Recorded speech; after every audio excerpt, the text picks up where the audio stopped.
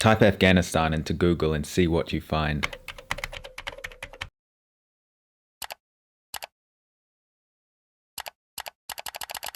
Bombings. An explosion ripped through a wedding in Kabul, Afghanistan, killing dozens of people. War. Crisis.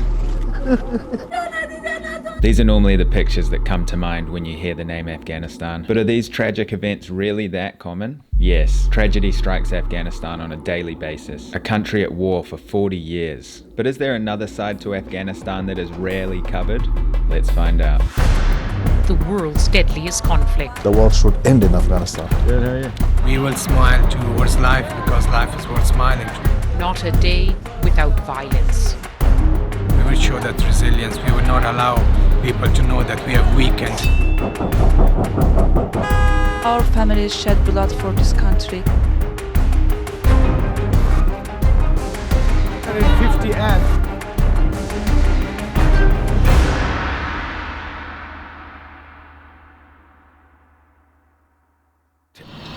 So today we're heading to a village out in the countryside. We're leaving here Mazar-e-Sharif, which is the third biggest city in Afghanistan. We're going to have an armed escort by the Afghan security forces because a few days ago there was a lady, a female police officer and her mother and a civilian taken off a bus, a public bus, and executed by the Taliban, and the bus was able to continue, but they were killed tragically. It's daily life here, sadly, in Afghanistan. So we're going to head out, should see some mountains, and then when we get to the village, see what a village is like in rural Afghanistan. Should be an hour or so drive, if there's not any complications, and should be nice to see the countryside and a local village.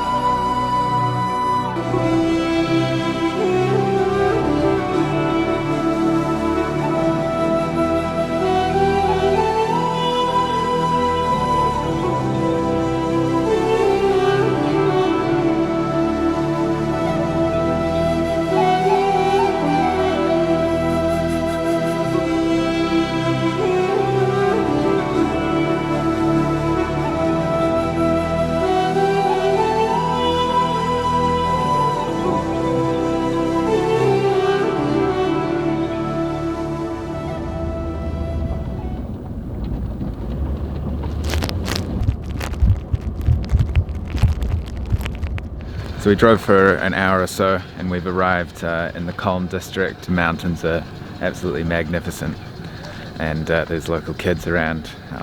There's some coming, I'll say hi to them, but have a look at this view. So I think that's the foothills of the Hindu Kush mountain range, which is the main mountain range running through Afghanistan. It's huge. But yeah, you can see a lot of the houses here are straw and dirt constructions. The security behind me is very keeping an eye on me. Assalamu alaikum. Welcoming local kids.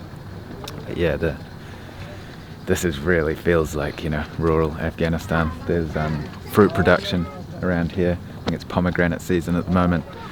Really, really nice to be out here.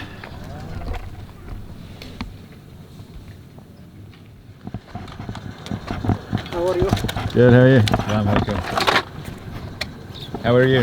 Good? I am fine. We were going to go to a different region, but the security situation here is changing all the time. So where we were going to go had an increased Taliban risk, so we came to this region instead. And we've got 2 UN vehicles for us, which are armoured vehicles with bulletproof glass, reinforced doors, and then at each end of that we've got 2 police trucks with a bunch of these Afghan security forces protecting us. So yeah, although it's beautiful, it's Afghanistan, but people are super welcoming, you know. We're going to head down into the township soon and go for a walk around the more busy streets. Shouldn't have to say it, but one of the most powerful trips I've ever experienced. Okay, so now we've come up onto a viewpoint here. Here's Arian again, and you can see all the houses here, they're built out of straw and mud basically, right? Yeah, people here are mostly farmers. It's very hard to find any work or work on the land, so people are compelled to go into different villages and find work as a mason or any other laborer. So I was mentioning to the camera before about how tight security is here, and what's the reason for that? Why do we have 4 extremely kitted out vehicles with, as you can see behind you, one of the Afghan security forces? Why is it so strict here?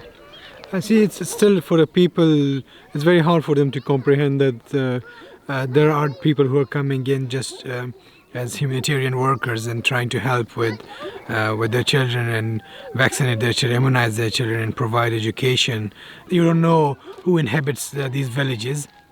There could be anti-government elements who do not appreciate development, do not appreciate humanitarian work, so that's why it becomes difficult to provide the security. Some of these people are middle class, but most people are below poverty line.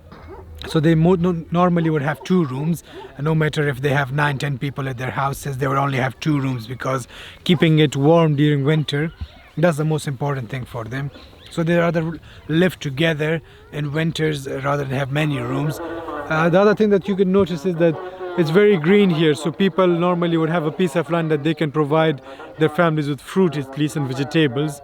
So that's how life is supported here. You work and you take the produce from the land that helps you to survive, and then burn some of the twigs and some of the branches that are left from the produce in winter. So that's how the life cycle goes around here.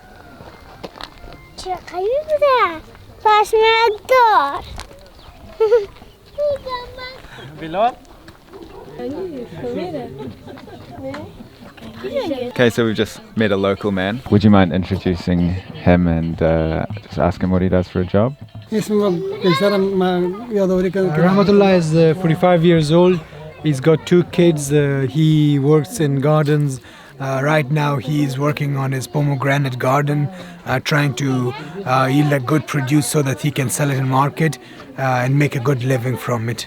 I heard before that 7 kilograms of pomegranate is about 350 AFs, which is roughly $6 US. Is that right?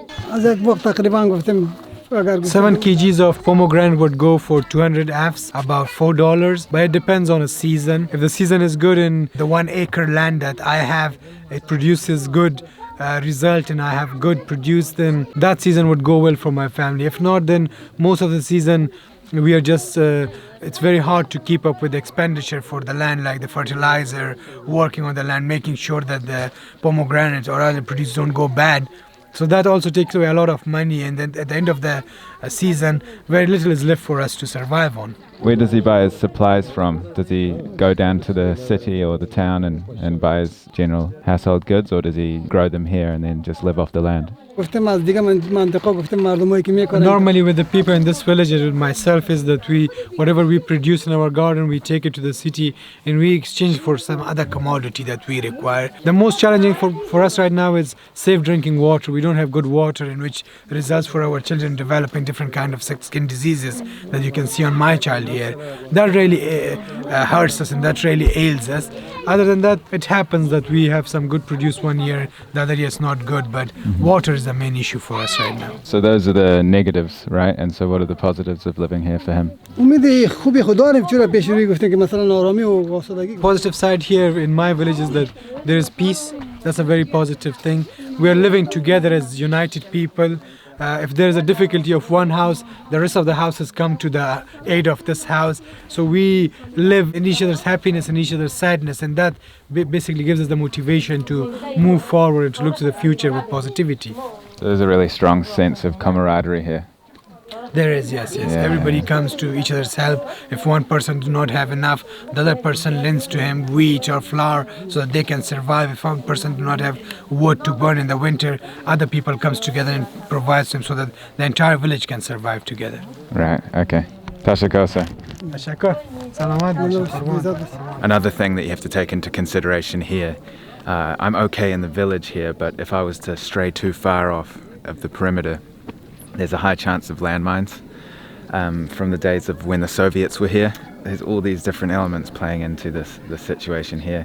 There is a big demining operation from the United Nations as well, but there's always the risk, and you can see behind me there's kids playing. Sometimes they can be the victims, and also sometimes the Taliban find the mines and they'll turn them into IEDs, so bombs that they can use in other areas to cause explosions. But from what I can say of this area, it's got a really nice feeling at the moment. Very quiet and peaceful. Salam. Very quiet and peaceful. And you could see there's the strong strength of community here, which is quite beautiful, I think.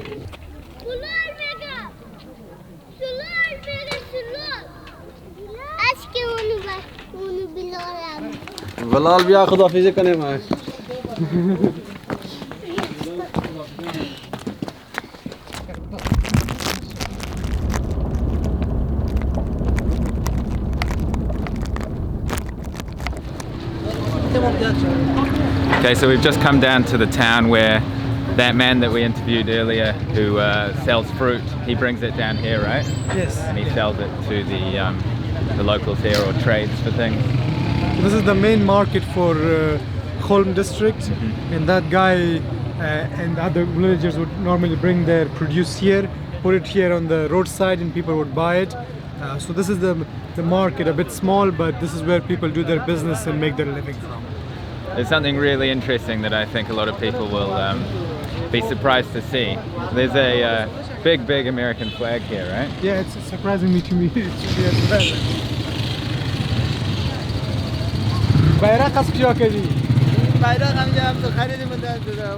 well. I bought this for 200 Fs from somebody who was selling, and I put it down here. Most people don't know what this flag is. Somebody told me this is an American flag, right? But I'm fine with it. Okay. Yeah. And what's his views of the USA? نظر شما در مورد امریکا چیست؟ امریکا چه کشور است؟ So I don't know what kind of country it is. I really don't know. Yeah, so he feels neutral, nothing towards neutral. it. Okay, cool. So there's some political activity in this area at the moment, so we can't spend too long, and we're pretty much surrounded by guys with big weapons, but this American flag really stood out to me, so I think a lot of you guys will find that fascinating, as much as I do, because it's not the first image you think of when you think of Afghanistan. How are you? Good, how are you? I'm okay. You speak English? No. A little bit. Oh, yeah. Right. What are you doing today? چی میکنی امروزی؟ بر چی آمدی؟ اینجا فروشگاه است. فروشگاه ما است اینجا. Sabatullah is 23 years old. This is his shop. He sells different things like plastic made things. He sends plates and any groceries that the houses need. This is his shop. He comes every morning, works here until the evening. How's business? چطور است کاروبار؟ شکر است. So in the previous year it used to be very good, but now things are not looking that nice in business, but it's good. But the good thing is that we have peace, and hopefully it will get better. You say we have peace. What, in this town there's not too many problems? Yeah, there are not too many security incidents. If we look at the 100%, maybe 10% insecurity. That also petty crimes, nothing major. Tashiko. All right. Thank you. Good luck. Good luck. Cheers. قربانتان یک دو دقیقه میام براتون صحبت کنم اگه اجازه باشه. Salam alaikum. ما تقریبا که دکاندار ما زیاد میشه یک 10 سال شد 8 سال شد اومدیم دیگه. I'm 42 years old, but since I was my children's age, 10 years old, I used to come to my father's shop and work with him. So since 10 years old, I only know about shop and shopkeeping. Right. So that's why I brought my children as well. I have 3 sons and 2 daughters. They would be working with me and they would then take over from me. Is he happy doing this job? روزی ما تیره میشم خوش هستیم دیگه. آرامی دام میشه آرامی با ما Yes, آرامی. of course, I'm very happy because we have peace, which is the most important thing for us. We have security. And with security, I'm also healthy. My health, that's also very important. 2 people have said that it's peaceful here. So does he get a feeling that this is one of the most preferable places to live in terms of security in the whole country of Afghanistan? فضل خدا رسولی ما هم نهستم قوا. I think I would call it that it's one of the most peaceful places and most secure place in Afghanistan. People are living in unity and harmony, and we're very happy with our security forces because they provide good security and we've had no security incident. What's his opinion of the international community coming to Afghanistan? سرم مسئول جور کردن که کمک میکنن در I افغانستان. think Afghanistan has been at war for too long, and with the international friends and those who are coming to help Afghanistan, it's very good and they're welcome because it's going to help with our economy. It will boost our economy, it will boost the standard of living, it will make Afghans have a better life, so that's a good thing. Okay. One last question. What's for lunch? امروز چاش چی میخورین؟ چی خورده ماهی رئیس؟ سفید بچه‌ها کو ماهی میاریم. میخوریم نوشیجان میگن ماهی فقط داریم. بچه‌ها کو ماهی میخوریم ماهی آوردیم. So we have fish for today. My sons wanted fish today, so I said okay, let's get fish for lunch today. Right. Is it delicious? مزادار است؟ میخوریم نه. It's very delicious. Do you want? No, thank you. تشکر. قربان. Tashakkur. All right. وقت خوش. All right.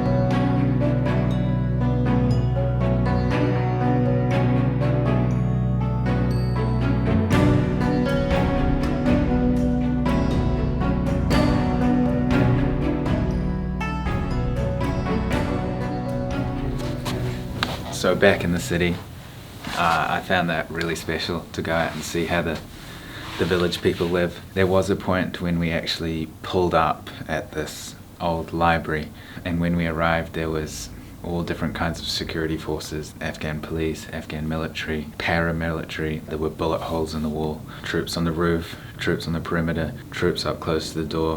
And we were going to go into this library and see the gardens and things, but it was quite a dodgy atmosphere, and the security advisor advised us not to spend any time there because things can kind of go wrong. Military and police can sometimes turn on each other. We didn't want to be involved in any kind of crossfire or anything, so we kind of got out of there. It was pretty extreme seeing wall-to-wall military. I did get a photo of one of the soldiers. I'll put it up here. I'll be chucking that up on my Instagram with a few more photos if you want to check them out. We also went to, I didn't film it because I filmed it in past videos, but we also went to another immunization clinic that UNICEF funds as well. The doctor's taking care of malnutrition as well there. There was a few kids receiving the sachets I showed you in the other videos, and the immunization and some other treatment that kids were getting there. So again, obviously this is, you can see people are in dire need of help here. So I just want to emphasize again, UNICEF isn't paying me anything to be here. They did organize the whole trip for me and everything. And I don't have to say this, but again, if you want to help out a bit, I'm going to leave the link down below, and you can chip in a couple of dollars if you can. Only if you can though. Another mind-bending, fascinating day here in Afghanistan. Tomorrow the journey continues, leaving the city. So I will see you in that video. And in case I don't see you, good afternoon, good evening, and good night. We are living together as united people. If there is a difficulty of one house, the rest of the houses come to the aid of this house. So we live in each other's happiness and each other's sadness, and that basically gives us the motivation to move forward and to look to the future with positivity.